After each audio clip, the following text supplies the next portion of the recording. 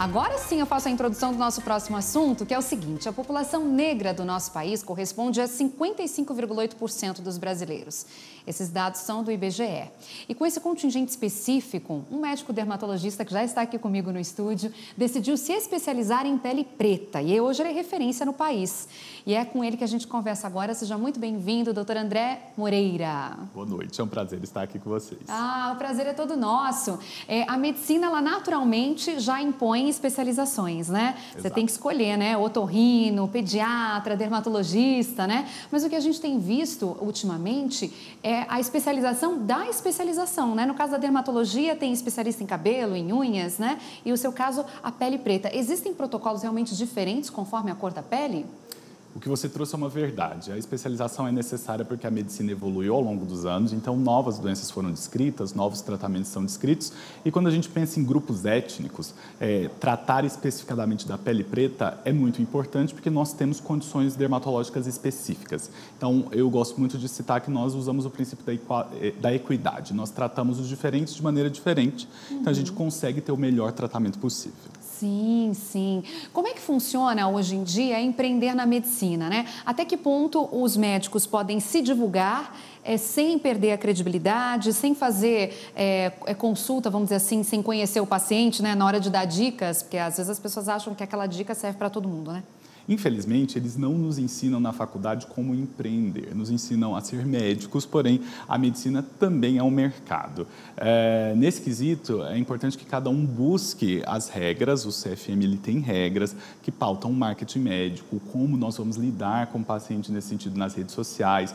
O mundo mudou muito, né, com o advento das redes sociais. Então, essa atualização constante é muito importante para que nós consigamos divulgar o nosso trabalho e manter a ética. Uma coisa que me perguntam muito, por que eu não divulgo antes e depois? Porque é proibido ao médico divulgar fotos de antes e depois. Eu sei que outras profissões isso é permitido, mas para nós médicos não é, porque isso gera uma concorrência desleal. É um tema que tem se discutido, mais uma vez, por conta dessa evolução das redes sociais, mas nesse momento ainda é proibido para o dermatologista usar esse tipo de foto. Eu acho delicado também, particularmente falando, porque cada um responde a um jeito, a diversos tratamentos, né? Exatamente. Sei lá, se faz um corte, uma cicatrização, não é verdade? E depende de verdade? cada um, por exemplo. Será que aquele colega vai exibir o melhor antes e depois dele ou antes e depois do usual? Então, isso é de fato algo que traz uma discussão, que existem várias opiniões, mas eu, por exemplo, prefiro não usar fotos de antes e depois. Sim, médico é uma questão de confiança, né? De demonstrar credibilidade no dia a dia e conquistar o paciente a cada consulta.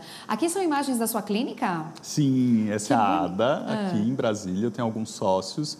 A doutora Juliana e a doutora Regina são minhas sócias dermatologistas. E é um lugar que foi feito com muita dedicação, muito empenho e o melhor marketing, com certeza, é a indicação do paciente. Para isso acontecer, a gente precisa disso que você falou. O paciente confiar no seu trabalho, entender que aquilo é o melhor que você pode oferecer para ele e respeitá-lo e, obviamente, a gente tem que entregar um resultado. Sim, verdade. Agora, essa clínica bonitona aqui, né? É o seu primeiro empreendimento? É o meu segundo empreendimento. A minha primeira clínica foi uma clínica bem menor, um consultório em Goiânia, que eu tinha uma sócia também. E depois eu me mudei para Brasília, que, enfim, aqui é um público diferente, um contingente populacional diferente, e eu resolvi ampliar e com as minhas sócias inauguramos a ADA. Aqui por essas imagens a gente vê que tem assim uma preocupação com o design, com o acolhimento, né? Uma coisa que eu queria trazer para a clínica é que ela não parecesse um ambiente hospitalar. Sim. Eu queria que quando o paciente sentasse na recepção, ele sentisse que ele estava numa sala mesmo de estar, num ambiente em que ele pudesse se sentir tranquilo. Porque a consulta, eu geralmente digo que ela começa na hora que o paciente marca. Então, esse acolhimento ao telefone com ele tem que se estender até a hora que ele volta para casa. Então, o nosso intuito na clínica é esse, oferecer a melhor experiência possível antes mesmo do paciente sair de casa. Pois é.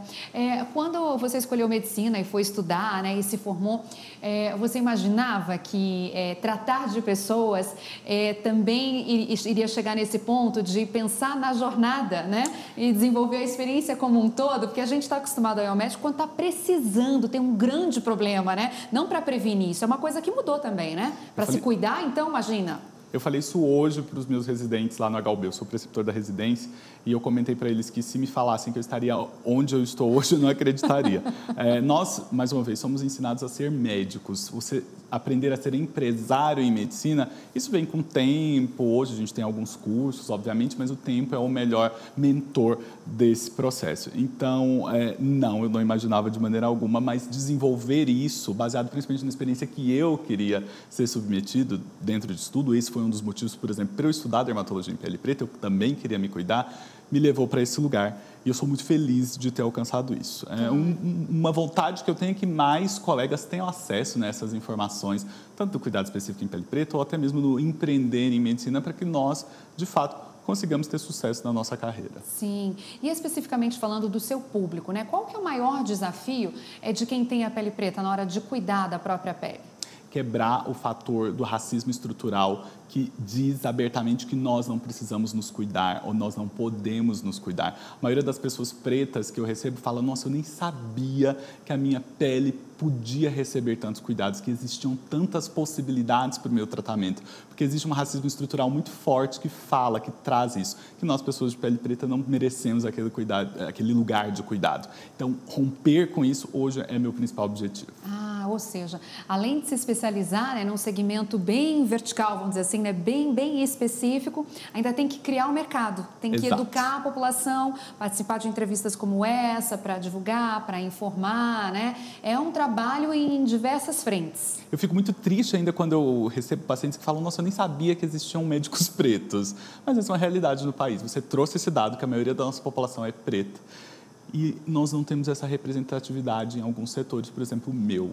Então, mudar essa realidade, fazer as pessoas conhecerem que sim, eu estou lá representando-as e acolhendo-as, é muito importante. Uma curiosidade minha, a gente viu aí durante a pandemia a necessidade de isolamento, a imposição, na verdade, né? E a gente desenvolveu e regulamentou a telemedicina. No caso da dermatologia, também daria para fazer uma consulta por vídeo? Há muito tempo nós estudamos a telemedicina da dermatologia, porque, por exemplo, existem lugares que não têm acesso ao dermatologista, mas nós temos dispositivos, tecnologias que permitem com que esse dermatologista veja a lesão do paciente à distância. A gente chama isso de teledermatoscopia. Então, antes mesmo desse movimento impulsionado pela pandemia, na dermatologia nós já estudamos o poder e as ferramentas que a telemedicina podem trazer no benefício do paciente. Muito bem. Doutora André Moreira, foi um prazer lhe receber. Parabéns pela segunda clínica. Muito obrigado. Desejo muito sucesso. Volte aqui no seu próximo passo da jornada empreendedora. Eu espero voltar sempre. É isso aí. Obrigada, viu?